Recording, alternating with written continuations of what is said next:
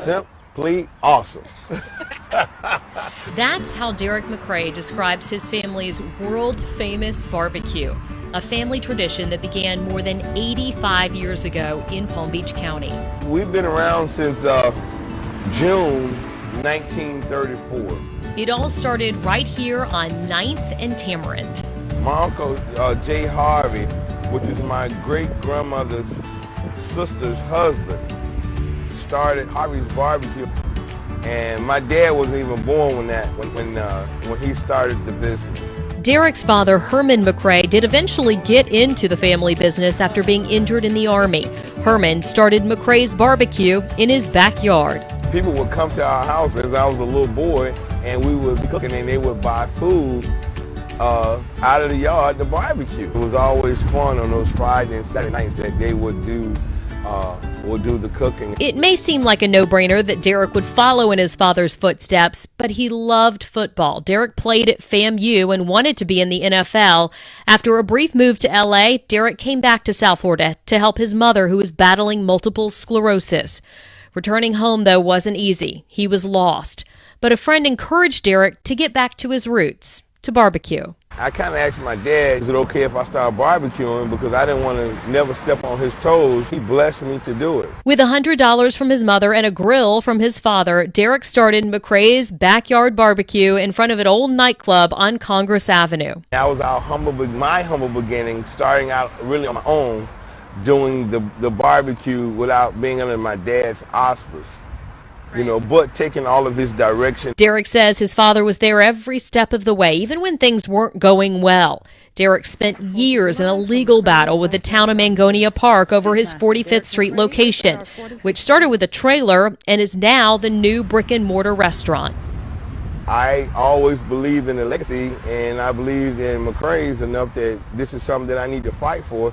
And then I found myself not really fighting for me, but fighting for my family's name. Derrick's father fought that battle too until he passed away April 16th of 2013. Although Derrick's dad is not here to see the grand opening of the new restaurant, Derrick says he knows he's there in spirit. Dad, this is for you. This is yours. This is your vision. I'm proud of you. I love you. I appreciate everything about you. You're my hero. And we are joined now by the man of the hour. The legend. The legend, the man, the myth, the legend. The founder and CEO of McCray's Backyard Barbecue. How does this feel? First of all, you're looking sharp. Thank you. Okay, so the first thing I want to ask you, because, when I was putting together that piece we just did on the history of your family and McCray's Barbecue, we talked about your dad passing away, and it was actually 6 years ago to the day.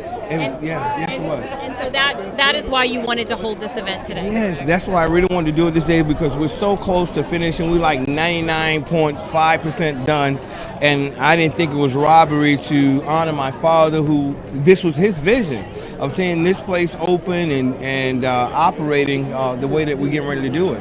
So, and as a kid and as a college student and as an adult, he always saw this, and he imparted it into me. So I thought it was a great day. Now, Derrick, looking at this party, watching people come up to you, you have become part of the fabric of the community. Yes. How did that happen? Was that part of your plan, or was that just something just evolved? No, it just evolved. I didn't have a clue. All I know, I started with $100 and one girl. But I always been community orientated, and then I just took on some qualities of my dad because he was a community activist. And as we grew in the barbecue business, my heart grew more fonder for my community and loving on people and doing things to help their economic situation if I could, and provide some jobs and give back to the kids that needed some, the elderly people that needed to eat, and some of the second chance guys that needed jobs and stuff. And then it just became a part of my personality, and it's overwhelmed me. And it wasn't about Derrick anymore. It was about God, my family, and the community. And I was somewhere like 5th or 6th in that order. And it's still that way for me because I always want to see people doing good, and I always want to be my brother's keeper, be it white, black, Hispanic, or whoever it is. And they, in my surroundings, I'm gonna do something to try to help if I can. You know, Derrick, we spent years doing stories on your struggles with the town and the fight that you had. And why did you keep fighting? Because, you know, a lot of people in that situation, and we're talking, what, hundreds of thousands of dollars in fines that were levied upon you. I mean, a lot of people would have said, okay, I'm done. I believed in the vision. I believed in God. I believed in the vision. I knew that this would be successful. I knew that the journey was not going to be easy. I knew I had some challenges, and I had overcome some other challenges before. So this was a challenge that God knew that I would eventually get through it. It was a lot of sleepless nights, a lot of days I wanted to give up, but I always saw, you know, my parents in front of me because my dad died at my place, and so I couldn't give up because of him. I couldn't give up because of my mom, because when she left me, she told Derrick, don't quit. You got to keep going.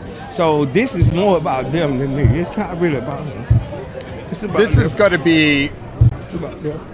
It's about my it's parents. a big day. Yeah. Big You day. were honoring him so amazingly. You know, he's looking down saying he's pretty proud of you. Yes, it's not about me. You know, I'm just trying to do the right thing. That's it. No. I'll make this interview a little bit lighter now. So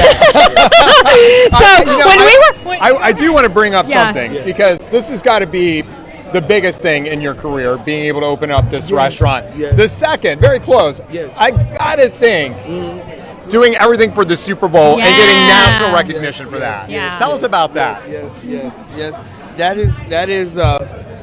That's just an amazing thing that we get ready to do every year, and to be chosen every year, and like Guy said, that we have like a lifetime thing with them, that they always want us to be there because we work at such a high level and we perform to their satisfaction every year, and it's like being a all-pro vendor for the NFL. They know they can count us to come through with RFPs if they make changes or they need this done, that done. With Johnny on the spot, you know, we don't complain, we don't do it, we just get it done. You know, some years are leaner than others, some years are more robust, but you know, we enjoy working for these guys and being a partner with them, and I have to give them a lot of credit for our worldwide exposure. Because our first Super Bowl, they put us on the world stage as their top vendor in South Florida. Wow. And from then on, we've been like the poster child. You're of like Super the Bowl. favorite. Yes, Yeah. yes. You know, and it's so funny because I didn't realize it until we started doing this, that your first love was football. And that you really, and so it's almost like your two worlds coming together, football and barbecue. I have to tell you, when we were out here shooting that piece earlier in the week, there were people already driving into your parking lot saying, excuse me, but where is this open, or can we come in? And you're like, no, it's not open yet. I mean, are you getting that every day? Every day. Everybody's excited about this location. Everybody's watched our battle in the news. It's been a public battle, and I think everybody likes a winner, and they like a serious comeback story. We are the Rudy story of Notre Dame. We finally get a chance to play. It's true. It is true. You are the Rudy story. Yeah, we finally. I like get a your chance story to play. better because it tastes better. Yes. Well, we are the king of ribs. We are that. We are So that. you're opening on Memorial Day. Yes. What time are you opening on We'll be Memorial? opening at 10 o'clock on Memorial Day, and we'll hit the ground running. And we're really excited about that. And you know, right now we got our location at 1549 Blue Heron Boulevard. That's been doing very well, and our food trucks out at 1098 North Military Trail. So we got those places going. Locations. Yeah. Well, we have a We're friend taking McCray's coming in. worldwide, aren't we?